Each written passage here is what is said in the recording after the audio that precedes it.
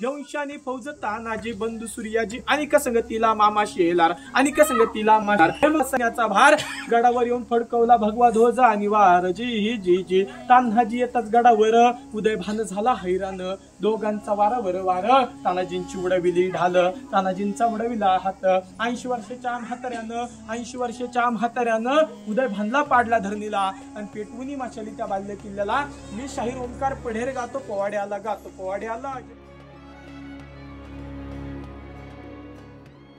गडावरती आलात गडाचे नाव गड कोंढाणा असताना इथून समोर आपल्याला किल्ला दिसतो गडाचे नाव आहे पुरंदर गडाचा तह झाला पुरंदरच्या तहामध्ये मिर्झा राजा जयसिंग व दिलेर खान यांनी 80,000ची फौज घेतली पुरंदर गडाला वेढा घातला पुरंदरच्या तहामध्ये महाराज काय म्हटले पुरंदर गडाला नका इतका धक्का लागता कामा नये पुरंदर गडाच्या बदली आम्ही देऊ तुम्हाला 23 किल्ले महाराजांनी शत्रूला 23 किल्ले देण्याचा शब्द दिला 23 किल्ले देण्याचं कारण काय होतं पुरंदर किल्ला स्वराज्यामध्ये असणारी एक शिवभूमी होती एक पवित्र ठिकाण होते आपल्या स्वराज्याचे पहिले राजपुत्र म्हणजेच की संभाजी महाराजांचं जन्मस्थान किल्ला पुरंदर असल्यामुळे महाराजांनी शब्द दिला पुरंदर गडाच्या बदली 23 किल्ले देण्यात येतील महाराजांनी 23 किल्ले शत्रूला दिले 23 गडांमध्ये एक बळकट किल्ला शत्रूच्या हाती गेला त्या गडाचे वर्णन कसे होते माहितीये का 22 गडांना मागे ठेवलं आणि एकटा जर त्यांच्यासाठी झुंजत येत असेल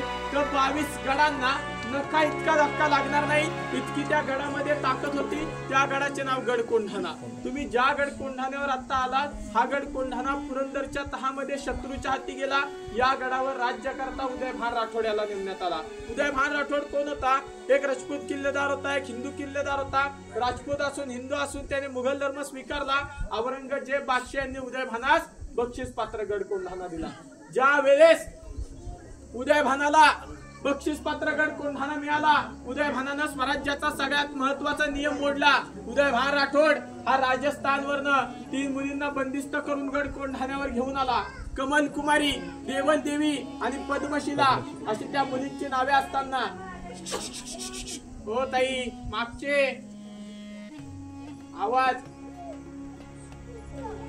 कमल कुमारी देवल देवी आणि पद्मशिला अशा मुलींना गड कोंढाण्यावर बंदिस्त केलं गडाचा सगळ्यात शेवटचा कोपरा निवडला त्या कोपऱ्यावर त्यांनी एक बुरुंज तयार केला बुरुंजाला कलावंतीने असे नाव दिले कलावंतीने नाव देण्यामागचं कारण त्या बुरुंजावर मुलींवर अत्याचार चालू झाले मुलींची नाचगाणी चालू झाली आणि त्या ठिकाणी नाचगाणी चालू झालेली असताना नाचणे ही कला आहे मुली नाचल्या म्हणून कलावंतीने असं त्या बुरुंजाला नाव देण्यात आलं मुलींवर अत्याचार चालू झाले आणि इथे समोरचा आपण वरती लक्ष दिला हा जो टावर आहे हा छोटा दारामध्ये हा आपल्या गडाचा बाल्य किल्ला आहे मुलींवर अत्याचार चालू झाले बाल्य किल्ल्यावर शत्रूचा हिरवा ध्वज फडकू लागला इथून समोर आपल्याला राजगड किल्ला दिसतो राजगडावर जिजामातेंच्या हृदयामध्ये गड कोंढाणा बाणासारखा टोचू लागला बाणासारखा टोचणारा किल्ला शिवबा आज अष्टमी आहे अष्टमीला निघायचं नवमीला गड कोंढाणा आपल्या हाती आलाच पाहिजे किती दिवसाचा वेळ दिला एका दिवसाचा वेळ दिला लवकरात लवकर गड कोंढाणा ताब्यात घ्यायचा महाराजांची लगबग चालू झाली 300 सैनिकांची बैठक बसवली समोरचा किल्ला कोण घेणार एकही मावळा हो म्हणत नव्हता महाराज काय म्हटले माहितीये का आम्ही स्वतः गड कोंढाण्याच्या स्वारीवर निघतो त्याच ठिकाणी तानाजीराव मालुसरेंच्या घरी आनंदाचा क्षण होता रायबाचे लग्न होते अक्षदा रूपी तानाजीराव मालुसरे राजगडाकडे निघाले होते आता जसं तो आनंदाचा क्षण होता तसं पूर्णपणे या परिसराला दुःखद परिसर मानलं जातं दुःखद परिसर का मानलं जातं मालुसरेंचे प्राण गेले म्हणून तर मानलंच जातं अजून एक गोष्ट या ठिकाणी सांगण्यासारखी झाली लक्ष देऊन ऐका आत्ताची परिस्थिती काय आहे लोक खालनं येतात खालनं आल्याच्या नंतर समोर गार्डन सारखं दिसतंय कट्ट्यावर बसा आरडाओरडा आवाजात त्यांच्या इतकं बदल होतं की जसं पार्क मध्ये बसले आहेत तुम्हाला सांगतो हा पूर्णपणे दुःखद परिसर आहे लोक खालनं आल्यानंतर इथे येऊन समोर मूर्तीचं दर्शन घेतात मूर्तीचं दर्शन घेतल्यानंतर एक फोटो काढला इथे आल्यावर इथे एक मूर्ती दिसते असं वाटतं गणपतीचं मंदिर आहे हनुमानाचं मंदिर आहे काही लोक इथं पाया पडतात पाया पडत सुद्धा नाही याच्या मागचं कारण माहितीये तुम्हाला इथं आलेत सगळी लोक मालुसरेंसाठी मालुसरेंचं दर्शन तिथं घेतल्यानंतर देवाच्या पाया आपण रोज पडतो कोण इथं पाया पडतो कोण पाया सुद्धा पडत नाही ही आजची परिस्थिती आहे तुम्हाला सांगतो तुम्ही समोर जर पाहिलं तर हा एक ब्रांजचा पुतळा आहे नामदार शंकररावजी चव्हाण ज्यावेळेस मुख्यमंत्री होते त्यांनी त्या मूर्तीची स्थापना केली, त्या समाधीला प्रतिमा समाधी म्हणतात. त्याच ठिकाणी जर आपण इथे लक्ष दिलं, आपल्या मावळ्याचा युद्धामध्ये हात तुटला, एका हातानं मावळा या ठिकाणी धारातीर्थ कोसळला. 4 फेब्रुवारी सन 1670 साली तानाजीराव मालुसरे यांना या ठिकाणी धारातीर्थ कोसळून युद्धात वीरमरण आले. याच्या 2 वर्षांनंतर तारीख लक्षात ठेवा, 1670 साली वीरमरण आले आणि 4 फेब्रुवारी सन 1672 साली तानाजीराव मालुसरे यांच्या समाधीची स्थापना स्वतः महाराजांच्या हस्ते करण्यात आली. मालुसरेंची खरी समाधी आहे, ती पाहिली तर ती प्रतिमा समाधी आहे. तुम्हाला सांगतो, तानाजीराव मालुसरे यांनी या ठिकाणी आपले प्राण सोडले. प्राण सोडल्यानंतर मुलींना महाराज काय म्हटले माहितीये का? जसं तुम्हाला शत्रूच्या तोंडातून वाचवलंय तसंच राजस्थानला सुखरूप पोहोचवायची जबाबदारी देखील आमची राहील. मुलींनी 5 वर्ष अत्याचार सहन केला.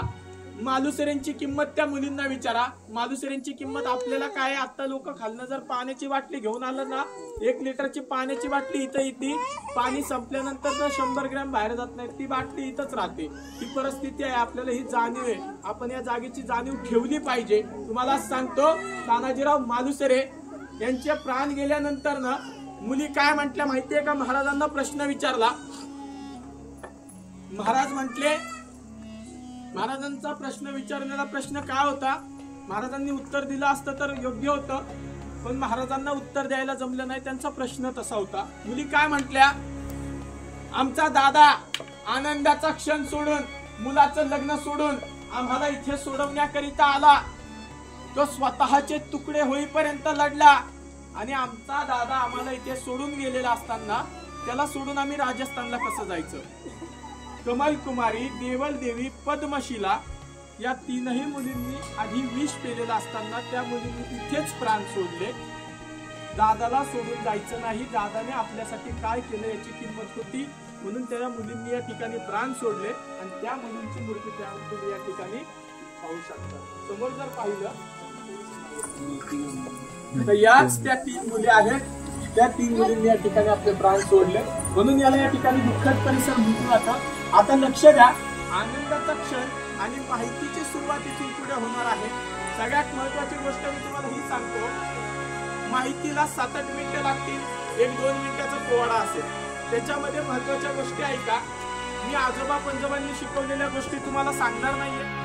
सगळ्यात महत्वाची गोष्ट ही सुद्धा तुम्ही ऐका. मागून जे येणारे असतात ना, त्यांना इथं काय चाललंय माहित नाही. आणि काय आहे, तुम्ही जसे शांत बसलाय, या कानाने काय ऐकलं ते या कानाने सोडून द्याल, तसं माझं नाही. मी इथून ऐकलं तर इथं बोलाय बसलोय एखादा शब्द, आणि तो अपमान मी 10-12 वर्ष इतिहासात घालवली याचा नाही, आपल्या इतिहासाचा आहे.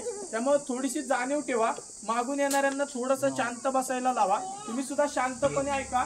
फोटो काढणार आहे थोडस तुम्ही लक्ष द्यायचं, ऐकणार आहात. माहितीला सुरुवात करतो. आनंदाचा क्षण होता. मालुसरेंच्या घरी मुलाचं लग्न.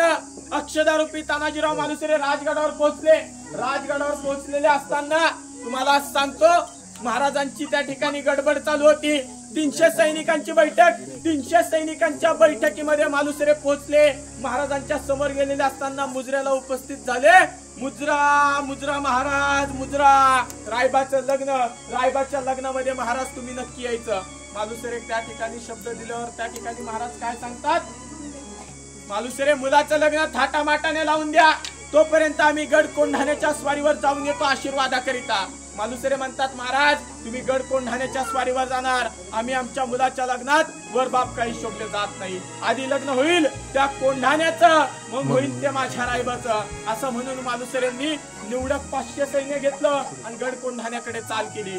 गड कोंढाण्याकडे चाल केलेली असताना, एका दिवसात किल्ला जिंकायचा असताना गडावर 1800 सैन्य होतं. दुसरी ताकद उदयभानाकडे 23 गडांमध्ये बळकट असणारा तो गड कोंढाणा होता. तिसरी ताकद उदयभानाकडे, उदयभानाला 1800 सैन्याची गरज नव्हती.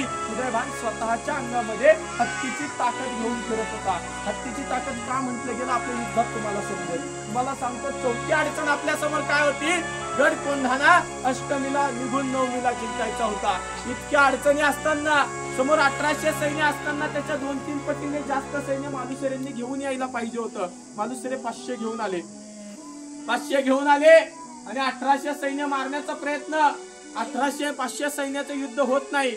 मग या प्रश्नाचं उत्तर आपला जुना इतिहास देतो. जुना इतिहास काय सांगतो? मराठ्यांनी कधीही जास्त सैन्य नेऊन कमी सैन्य मारलं नाही. कमी सैन्य घेऊन गेले, जास्त सैन्य मारून परत आले. त्यासाठी जे डोकं वापरलं त्याला गनिमी कावा म्हणतात. गनिमी कावा करणं आपल्यासाठी खूप महत्वाचं होतं. आणि गनिमी कावा करणं महत्वाचं असताना गडाची माहिती मिळवणं सुद्धा तितकंच आपल्यासाठी गरजेचं होतं. आता गडाची माहिती मिळणार कुठं? उदयभानाकडे असणारं 1800 सैन्य, उदयभानाची नजर चुकून एकही मावळा खाली येऊ शकत नाही. गडाची माहिती आपल्याला मिळणार कशी? गड तर एका दिवसात घ्यायचा आहे. मालुसरेंसोबत असणाऱ्या मावळ्यांमधलं 7-8 मावळं बाहेर आलं. मावळं काय सांगतात? मालुसरे, आपल्या वाटेवर एक मेट आहे आणि त्या मेटावर आपल्याला गडाची माहिती मिळू शकते.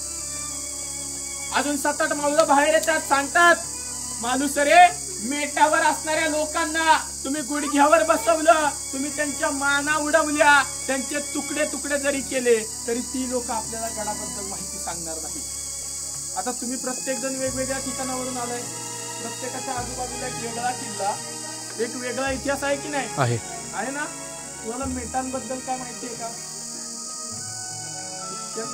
मेटांबद्दल काय माहिती आहे का? माहिती नाही.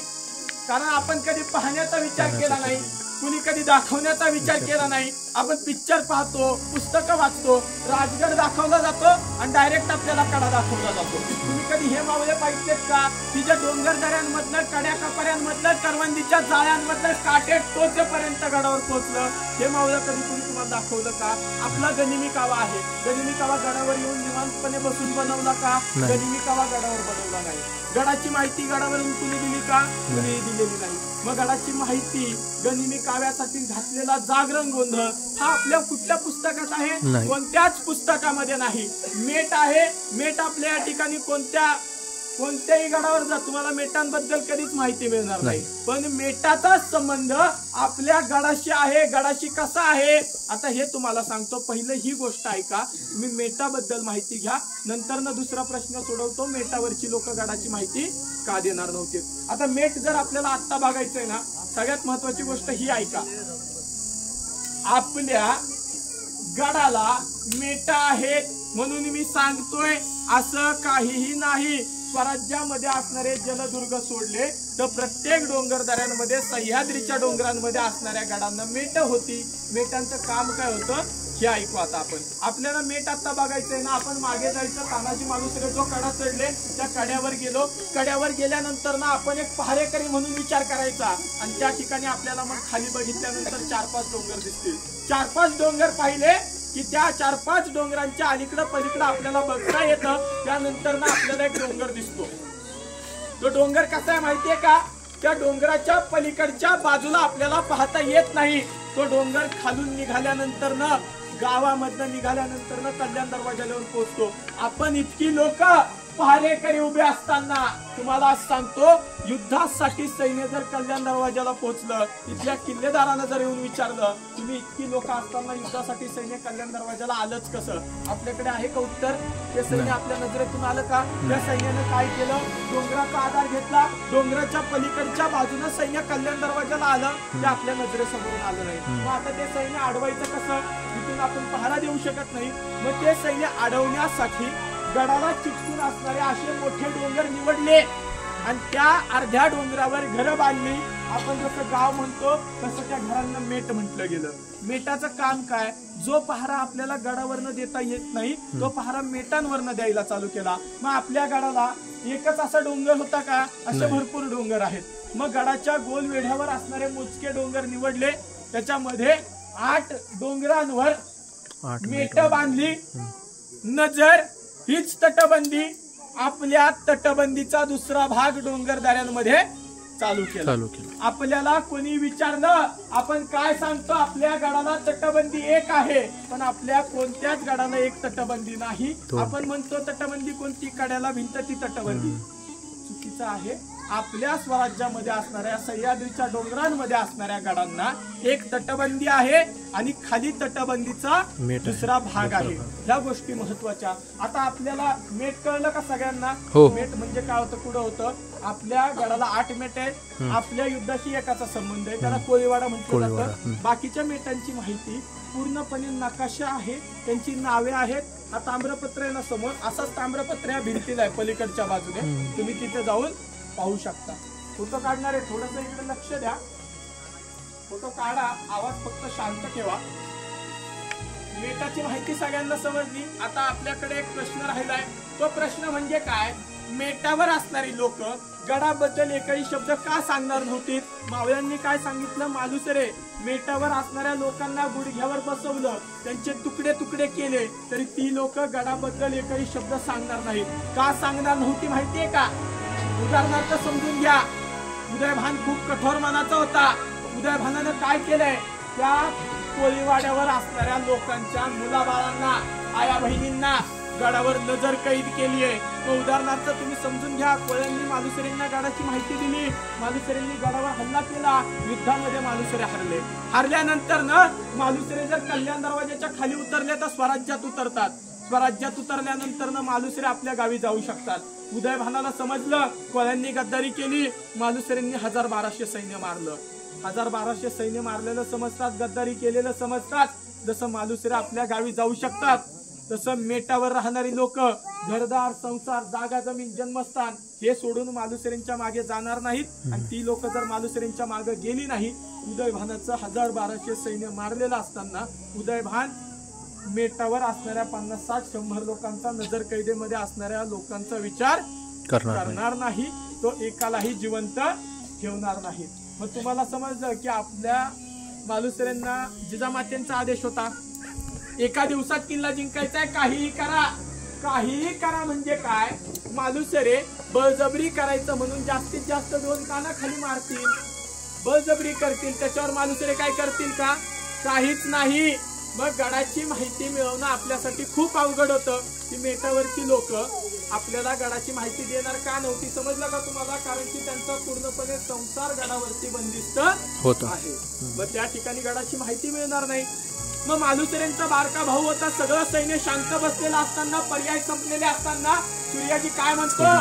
दादा 2च कडव्यांचा वेळ दे, 2 कडव्यांमध्ये मी कोळ्यांना फितूर करून दाखवतो. आता 2 कडव्यांमध्ये फितूर म्हणजे 2 शिव्या, काय 4 शिव्या दिल्या. एखाद्याचा संसार उद्ध्वस्त होण्यापेक्षा शिव्या खाण्यास व्यक्ती तयार होईल. सूर्याजी वेगळं काय करणार होता? पण सूर्याजी मार्मिक भाषा जाणून होता. सूर्याजी मार्मिक भाषेमध्ये शातीर होता. आणि तुम्हाला सांगतो, त्याच ठिकाणी मालुसरेंनी होकार दिला.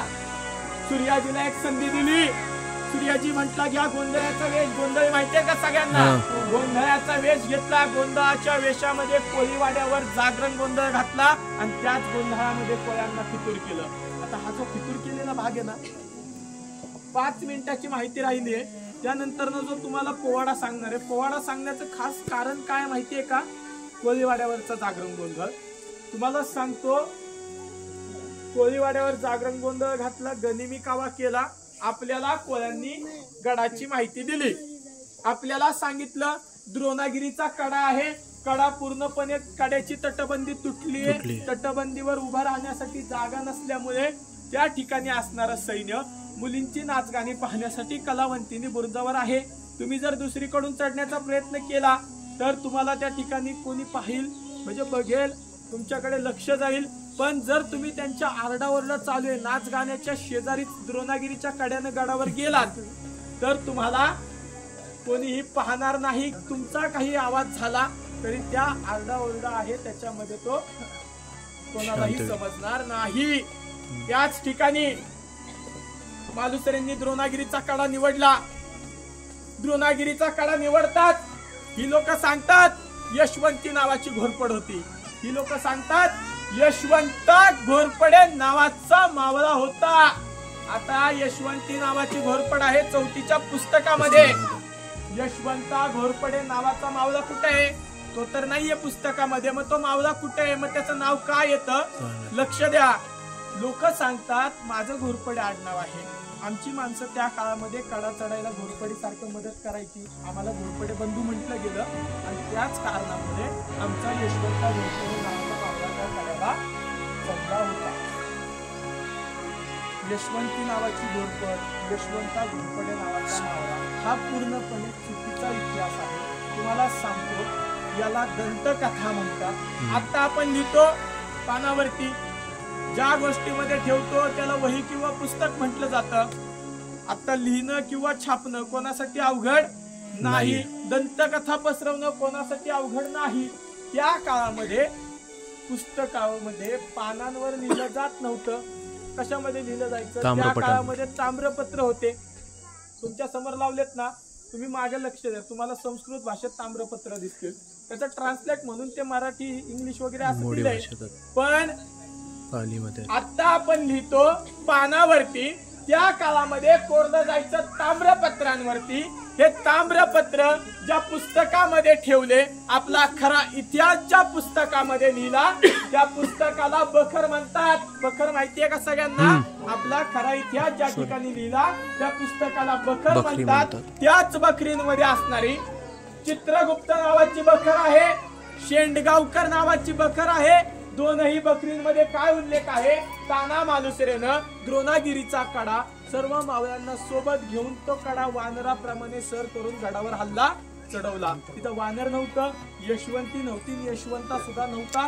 सगळ्या मावळ्यांनी एका मिरीला साथ दिली आणि तो कडा सर करून गडावर हल्ला चढवला. हा आपला इतिहास आहे. त्याच्यामध्ये आपण त्यांच्या 500 मावळे होते, त्या मावळ्यांच्या घरामध्ये आपण सुद्धा असू शकतो. एक मावळा कोणी तिथं चढलेला नाही, एक यशवंती नव्हती आणि वानराप्रमाणे चढले, वानर नव्हतं. त्या गोष्टी लक्षात घ्या. समजलं सगळ्यांना? समोर ताम्रपत्र आहे बघा. हा ताम्रपत्रावर बकरींची नावं, खरी हकीकत आणि दोनही दंतकथा दाखवलेल्या आहेत. तुम्ही जाताना वाचू शकता. आता तानाजीराव मालुसरे गडावर चढले. गडावरती येताच समोर दिसतात मुलींवरचे अत्याचार, मुलींची नाचगाणी. मुलींची नाचगाणी पाहून मालुसरेंच्या म्यानातली तलवार बाहेर निघते आणि म्यानातून बाहेर निघालेली तलवार रक्त लागल्याशिवाय आतमध्ये ठेवली जात नव्हती. मालुसरेंनी मागे पाहिलं, अवघं 10-15 सैन्य सोबत होतं. 10-15 सैन्य सोबत असताना सगळं सैन्य गडावर येईल, नंतर न मारू या विचाराचे मालुसरे होते. 10-15 सैन्य सोबत असताना तलवार उचलली. मुलींची नाचगाणी पाहणारा, नशेमध्ये गुंग असणारा 350 पठाण मालुसरेंनी अवघ्या 10-15 सैन्यासोबत कापलं. आणि ही खबर बाल्य किल्ल्यावर उदयभानाला समजली. आपल्या गडाचा बाल्य किल्ला इथे वरती आहे आणि इथेच उदयभानाचा महाल होता. महालामध्ये उदयभान झोपलेला असताना उदयभान राठोड झोपेतनं उठला.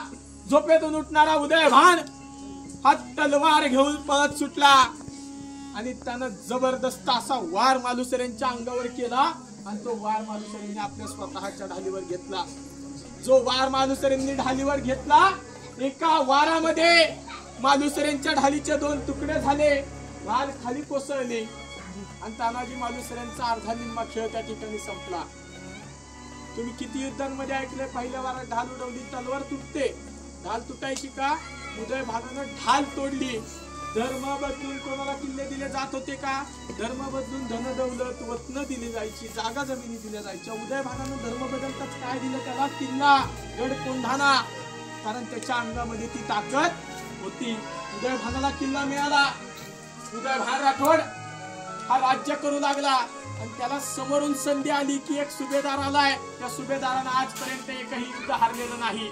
उदयभानाला चांगली संधी मिळाली की उदयभान राठोड याने विचार केला, याने आजपर्यंत एक युद्ध हारलेलं नाही, तर आज आपण याला हरवायचा. आपलं नाव औरंगजेबापर्यंत पोहोचणार आहे. उदयभान राठोड यानं त्याच विचारानं मालुसरेंच्या अंगावर हल्ला केला. मालुसरेंची ढाल तुटली आणि मालुसरे हातावर वार घेऊ लागले. अरे आपल्या मावळ्याचा हात कापू लागला, रक्ताची धार दिसू लागली. पण हा हात मावळ्यानं खाली केला नाही.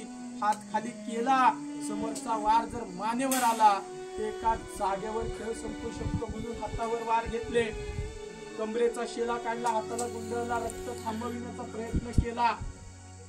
रक्त थांबविण्याचा प्रयत्न केलेला असताना तानाजीराव मालुसरेंचा हातही मागच्या भागात तुटला गेला.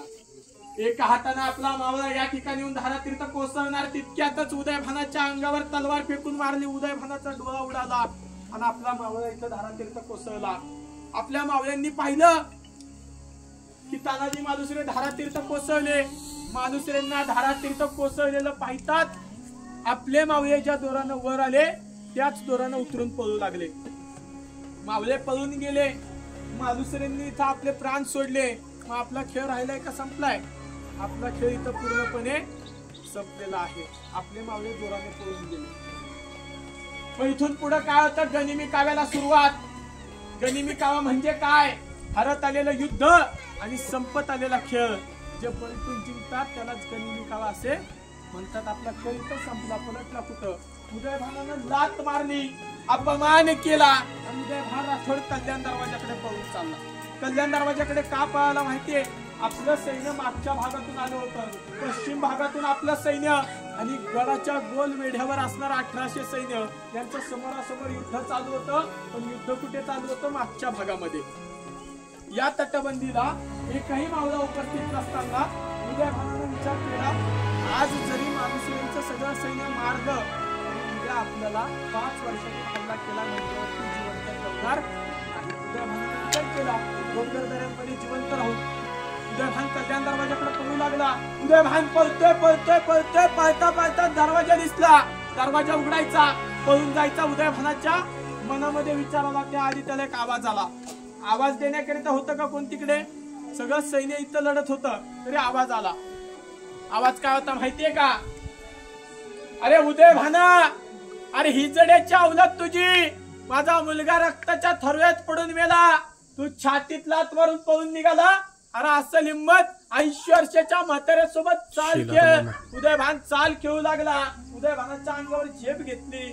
उदयभानाला आडवा पाडला. उदयभानाच्या छातीवर बसून 80 वर्षाचे म्हातारे मामा शेलार मामा यांनी उदयभानाचा दाताने गळा फाडला. इथं संपलेला खेळ. शेलार मामांना कल्याण दरवाजावर पलटला.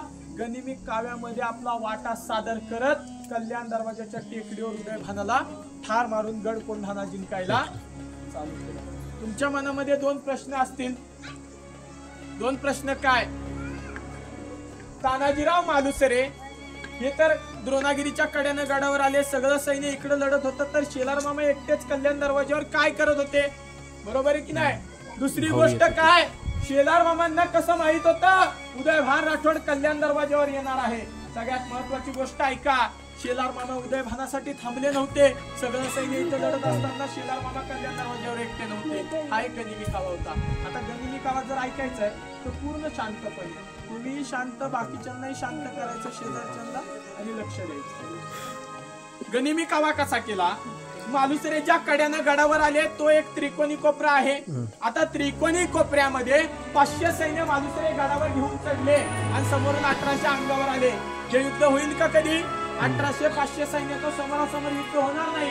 एका कोपऱ्यामध्ये अडकल्यानंतर 1800 अंगावर आलं तर आपल्याला त्या ठिकाणी जागा नाही, अशी गर्दी होईल. गर्दी झाल्यावर मारता येणार नाही आणि उडी मारून पळता येणार नाही. त्यांनी काय केलं? त्या कोपऱ्यामध्ये आपण 500 जण अडकण्यापेक्षा शत्रूलाच तिथं अडकवलं तर? अडकणे म्हणजे काय अवघड आहे माहितीये का तुम्हाला? आपण अशी गर्दी झाली ना 500 लोकांची, समोरचीच लोक आहेत. आता तुम्ही तिथं काहीतरी करू शकता. मग तुम्ही अशी तलवार चालून कोणाची ढाल तोडू शकता का? ढाल तोडायची म्हटलं तर जितकी तलवार मागे जाणार तितका जबरदस्त वार आपण पुढे करणार. आता तुम्ही पुढच्यांनी जर तलवार उचलली कुणाला लागल? मागच्याला. समोरच्याला लागेल का आपल्या सैन्याला लागेल? आपल्या सैन्याला. पहिले आपल्या सैन्याला लागणार आहे. मग तलवार फिरवायची तर 4-5 फूट अंतर पाहिजे. आपण कोपऱ्यात अडकण्यापेक्षा त्यांना घेऊ ना तिथं. गनिमी कावेलाही मोठे नसायचे. साऱ्या सोप्या गोष्टींवर खेळ केला जायचा. तो म्हणजे कसा माहितीये का तुम्हाला? धरण असतं, धरणामध्ये मासे पकडणारी माणसं असतात. मग ती जाळं खोल पाण्यात टाकतात का? ती काय करतात? एक कोपरा निवडतात उथळ पाण्याचा. खाद्य टाकलं जातं. खाद्य थोडस कमीच असतं. मग मासे येतात ना, ते मासे इतके तुटून पडतात त्याच्यावर. त्यांनी खाण्याच्या आधी आपण खायचं. त्या नादात त्यांना मागून आलेलं जाळं दिसत नाही आणि ते जाळं आल्यानंतर ना माशाला फरफडत बाहेर काढताना मासा तडफडून मरतो. मग त्या कोपऱ्यामध्ये यांनी काय गनिमी कावा केला, 200 सैन्य पाठवलं. 200ला मारण्यासाठी 1800 गेलं. तिकडूनही आपलं सैन्य, इकडूनही आपलं सैन्य. ज्या वेळेस उदयभानाचं सैन्य मध्ये सापडणार त्यांच्यावर आपण जाळं फेकायचं, ठार मारायचं. तुम्हाला सांगतो हा गनिमी कावा होता. तर गनिमी काव्यामध्ये कोण कुठून आलं होतं याच्याकडे लक्ष द्या. तानाजीराव मालुसरे यांनी 200 सैन्य पश्चिम भागातून घेऊन आले होते. शेलार मामा कल्याण दरवाज्यावर एकटे नव्हते. शेलार मामांसोबत कल्याण दरवाज्यावर सूर्याजी होता आणि 360 सैन्य होतं. तुम्हाला का सांगतो लक्ष द्या. इथं 360 आणि तिथं 200, किती सैन्य झालं? 560. मालुसरेंनी किती आणलं होतं? 500. आता ही 60 जण कोण आहेत? कोळी. तुम्हाला सांगतो मी पहिल्यापासून ऐकलंय, नंतरच्यांना विचारा. त्यांनी जर पुस्तक जरी वाचलं ना, काय वाटतं, अरे आधी 500 लिहिलंय, परत 560, मग यांची प्रिंटिंग चुकली. काय चुकली? प्रिंटिंग चुकली. 60 जण कशी काय वाढली?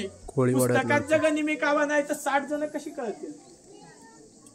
पुस्तकात मेट नाहीत तर 60 जण कशी कळतील? ज्या कोळ्यांना स्वतःचे तुकडे झालेले सहन होतील पण गडाची माहिती देणार नव्हते, त्याच कोळ्यांना सूर्याजीनं असं कापलं, असं मीठ चोळलं की त्यांना सहन झालं नाही. इतका त्रास झाला, इतकं ते झोंबलं की गडाची माहिती द्यायचं सोडा, मदतीचा हात पुढे केला. कल्याण दरवाजा उडून उदयभानाला ठार मारण्यापर्यंत त्यांनी आपल्याला मदत केली. मालुसरेंना शोधत सूर्याजी इथे आला. दादा गुड, दादा बोल काहीतरी. दादा मावळे पळू लागले. दादा काय बोले ना, दादा जागेवर आले ना. सूर्याजीला समजला सक्का भाऊ सोडून गेला. सूर्याजीनं कसलाही विचार न करता कमरेची तलवार काढली, परतीच्या दोराला धाव घेतली. परतीला लागलो होतं सैन्य. तो दोर सूर्याजीनं कापला. बाकीच्यांना म्हणतो आपला बाप रक्ताच्या धुळ्यात पडून गेला, तुम्ही भागवाय सारखे पळून निघाला. अरे गडाच्या कड्यावरनं उड्या फेकून मरण्यापेक्षा लढून मरा किंवा बांगड्या साड्या घाला. गडाच्या कड्यावरनं उड्या फेकून मरा, कारण की मी परतीचे दोर हे केव्हाच कापून टाकलेत. मावळ्यांना राग आला. मांजरासारखं पळणारं मावळं शत्रूच्या अंगावर सिंहासारखं फिरलं. शत्रू सैन्याला समजलं आपल्या सोबत काहीतरी घात झाला. शत्रू सैन्याला उदयभान पळून गेलेला माहित नव्हतं. उदयभानाला ठार मारण्याची खबर नव्हती. उदयभानाला ठार मारण्याची खबर समजतात बाल्य किल्ल्यावरील शत्रूचा हिरवा ध्वज खाली झाला, भगवा ध्वज फडकला. 3 वेळा तोफेचा इशारा गंज पेटून समोर असणाऱ्या राजगडावर प्राप्त झाला. जिजामाता त्या राजगडावर काय म्हणते, बघ शिवबा गड कोंढाणा हा स्वराज्यात आला. माझा त्या ठिकाणी आनंद हा त्या तान्ह्यासमोर मला दाखवायचा आहे. त्या ठिकाणी काय झाले, जिजामातेंचा आनंद हा वेगळा होता. महाराजांचा आनंद कसा होता? लक्ष देऊन आहे का हो दादा? पूर्ण शांतपणे ऐकायचं आहे. शेवटचा भाग आहे, महत्वाचा भाग आहे. महाराजांचा आनंद कसा होता? कधी जातोय हे दादा सांगतो काय ते? मी सगळ्यांना सांगतोय शांत बसा, तुम्ही गप्पा मारताय. महाराजांचा आनंद कसा होता? महाराजांच्या आनंद अश्रू खाली कोसळू लागले होते. कधी जातोय, कधी माझ्या ताण्याला भेटतोय, अरे कधी मी त्याला मिठीत घेतोय आणि गड कोंढाणा जिंकल्याचा आनंद साजरा करतोय. महाराजांच्या आनंद अश्रू खाली कोसळू लागलेले असताना महाराजांनी कृष्णाघोडीला खोगीर घातली, टाच मारली. महाराज कल्याण दरवाजाच्या पायथ्याशी आले. महाराजांनी पहिलं पाऊल गडावर टाकलं. अरे जाणवलं महाराजांना गडावर काहीतरी दुःखाचं सावट पसरलंय. येऊन पाहिलं तर काय, गोल वेड्यावर मावळे रडत बसले होते. अरे रडण्यामागचं कारण पाहिलं, महाराजांचं इथं लक्ष गेलं. अरे ज्या मावळ्याला मिठीत घेऊन गड कोंढाणा जिंकल्याचा आनंद साजरा करायचा होता, त्याच मावळ्याकडे लक्ष गेलं. पाहिलं महाराजांना काय दिसलं, अरे इंच इंच जखमा अंगावर झालेले असताना, मालुसरेंच्या इथे रायराय तुकडे पडलेले असताना महाराज रडू कोसळले. त्या ठिकाणी मालुसरेंच्या देहाशेजारी मांडणी घालून बसणारे महाराज कमरेचा शेला काढतात. मालुसरेंचा रक्ताने माखलेला चेहरा पुसतात. मालुसरेंना मिठीत घेतात. मावळ्यांना सांगतात, अरे मावळ्यांनो असे रडत काय बसला? माझा ताना स्वराज्याला सोडून गेला. स्वराज्यात गडाला पण माझा सिंह गेला, गडाला पण माझा सिंह गेला. जय. आता 2 मिनिटाचा पोवाडा आहे. पोवाड्यामध्ये मार्मिक भाषे, जड शब्द आहेत. तुमच्या पद्धतीनं मागच्यांना थोडस शांत करा. मी पोवाड्याला सुरुवात करतोय. ओम नमो श्री जगदंबे, ओम नमो श्री जगदंबे, नमन तुझ अंबे करून प्रारंभे. डपावरी थाप तुंतुण्याचा, डपावरी थाप तुंतुण्याचा, शाहीर हा महाराष्ट्राचा प्राण, शाहीर हा महाराष्ट्राचा प्राण. शिवप्रभूचे गातो गुणगान जी जी जी. राज्यमाता राजगडाला, राज्यमाता राजगडाला, वरित्व संघ कामाला. बोटाने किल्ला दाविला, कोंढाणा किल्ला दाविला. किल्ल्याच्या पराक्रमाला, किल्ल्याची माहिती घेण्याला तांधाजी वीर गरजला. येऊन भिडले कोळीवाड्याला, कोळीवाड्याला अजिरहा जी जी. गोंधळी कोळीवाड्यावर पोहोचले. कोळ्यांना आनंद झाला. बोलवून घेतलं गोंधळाला. गोंधळाला पाहून कोळ्यांना संशय आला. का आला? अरे यांना गोंधळी म्हणावं तर ही रांगडी माणसं दिसतात, बाकी कोणी म्हणावं तर गोंधळाचा वेश आहे. विचारिला नावा गावाला, कोण रे लेका गोंधळी आला, तू कोण कुठून आला गडाला? काय म्हणतो सूर्याजी? आले बाबा तुळजापुरावून इथं आंब्याचं जागरण करण्याला. अरे तुम्ही दिलीच संधी तर आम्ही घालूच गोंधळ. संधी कोणाकडून पाहिजे? संधी पोळ्यांकडून पाहिजे. गोंधळ कुठं घालायचाय? गडावर घालायचाय. मार्मिक भाषा पोळ्यांना समजली नाही. जागरण गोंधळाला सुरुवात झाली. आम्ही गोंधळी गोंधळी, आम्ही आंबेचे गोंधळी. काही कोणी झोपेत, काय पेंगत, काय जागे असताना कोळ्यांची झोप उडवण्यासाठी, कोळ्यांना फितूर करण्यासाठी, गडाची माहिती मिळवण्यासाठी तुंतुन वाजवणारे माणूस रे. संभव वाजवणारा सूर्याजीला काय म्हणतात? सूर्याजी बाद झाला गोंधळ. अशी कानाखाली मार, आवाजच आला पाहिजे. सूर्याजीनं गोंधळ थांबवला. शब्द पलटला. सूर्याजी काय बोलू लागला? अरे कशी झोप लागली मर्दाला, कशी झोप लागली मर्दाला. तुम्ही आया बहिणी देता दुश्मनाला. लाजा पाहिजे निशा बाळगायला. जरा देतो बांगड्या लुगड्याला, जरा देतो बांगड्या लुगड्याला. हिजड्यांनो नेसा लुगड्याला. अरे उदयभान आया बहिणी उचलून घेऊन गडावर गेला आणि तुम्ही बांगड्या साड्या घालून घरात बसला. अरे लाजा वाटल्या पाहिजे तुम्हाला. आता कोणी तर गडबडले. परत मग पहिल्यापासून सुरुवात कशी? लक्ष द्या. विचारीला नावा गावाला, तानाजी म्हणते देहाला. किल्ल्याची माहिती घेण्याला म्हणून आम्ही आलोय कोळीवाड्याला. कोळीवाड्याला अजिरहा जी जी, कोळीवाड्याला अजिरहा जी जी. घेऊन शानी फौज तानाजी, बंधू सूर्याजी आणि कसंगतीला मामा शेलार, आणि कसंगतीला मारण्याचा भार. गडावर येऊन फडकवला भगवा ध्वज आणि वार जी ही जी जी. तान्हाजी येताच गडावर, उदयभान झाला हैराण. दोघांचा वारावर वार. तानाजींची उडविली ढाल, तानाजींचा उडविला हात. 80 वर्षाच्या म्हाताऱ्यानं, 80 वर्षाच्या म्हाताऱ्यानं उदयभानला पाडला धरणीला आणि पेटवून माशाली त्या बाल्य किल्ल्याला. मी शाहीर ओंकार पढेर गातो पोवाड्याला, गातो पोवाड्याला अजिरहा जी.